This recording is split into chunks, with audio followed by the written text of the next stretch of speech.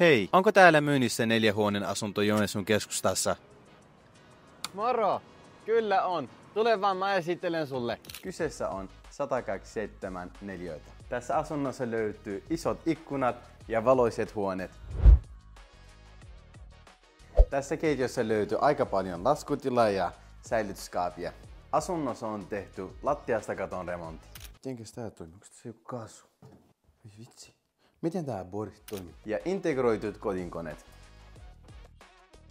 Tässä kodissa on 3 makuuhuonetta ja päämakuuhuoneessa löytyy isot näköalat, Joensuun keskusta ja puistonäkö. Ja arvatkaa mitä, tässä löytyy oma sauna. Omalta parvekelta näkyy parkkihalli, joka saa autoparkkipaikan 25 eurolla.